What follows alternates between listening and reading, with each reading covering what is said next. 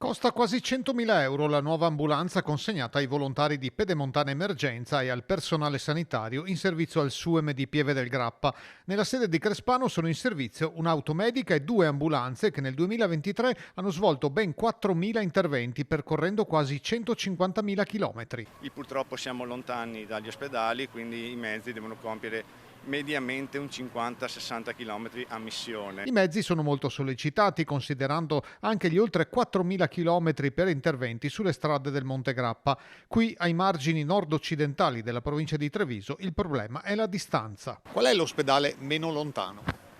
L'ospedale meno lontano paradossalmente per questa zona sarebbe Bassano, però non possiamo usufruirne. Il nostro ospedale di riferimento è comunque Castelfranco Veneto per la zona di Pieve del Grappa.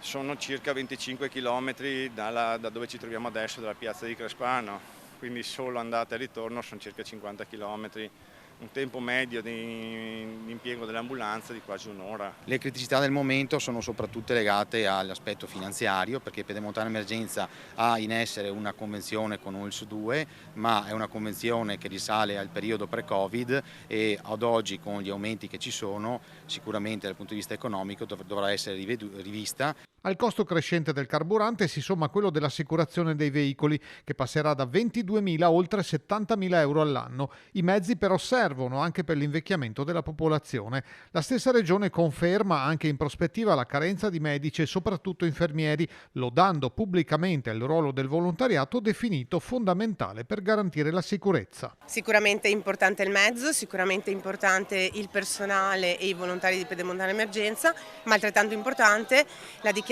dell'assessore Lanzarin, che ha annunciato appunto in arrivo a breve la delibera che va a stabilire un punto di primo intervento qui a Pieve per trattare tutti quei codici bianchi che diversamente sono costretti oggi a recarsi agli ospedali.